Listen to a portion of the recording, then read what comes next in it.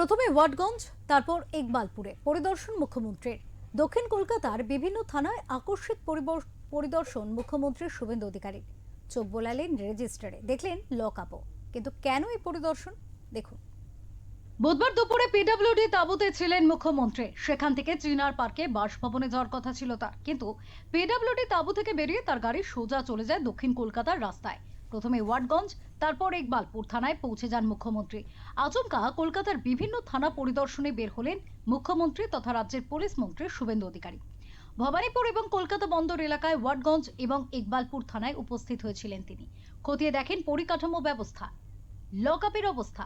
কিন্তু কেন হঠাৎ এই পরিদর্শন? জানা যাচ্ছে মুখ্যমন্ত্রী থানাগুলির পুলিশ প্রশাসনের সুবিধা অসুবিধা খতিয়ে দেখেন।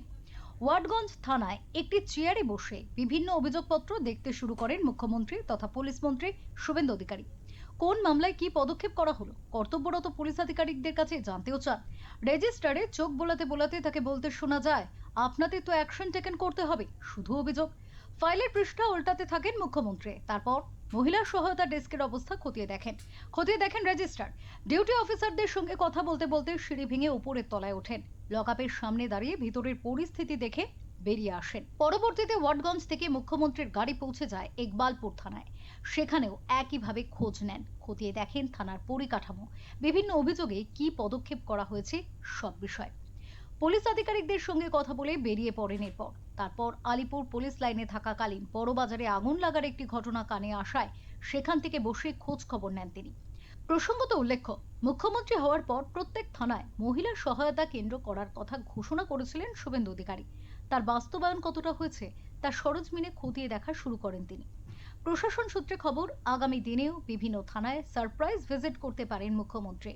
পুলিশের কাছে অভিযোগ জানিয়েও অনেক সময় নিষ্ক্রিয়তার অভিযোগ তোলেন সাধারণ মানুষ।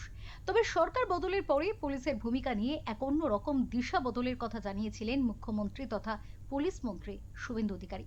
সে কারণেই কি এই আকস্মিক পরিদর্শন, নাকি এর পিছনে রয়েছে অন্য কোনো কারণ?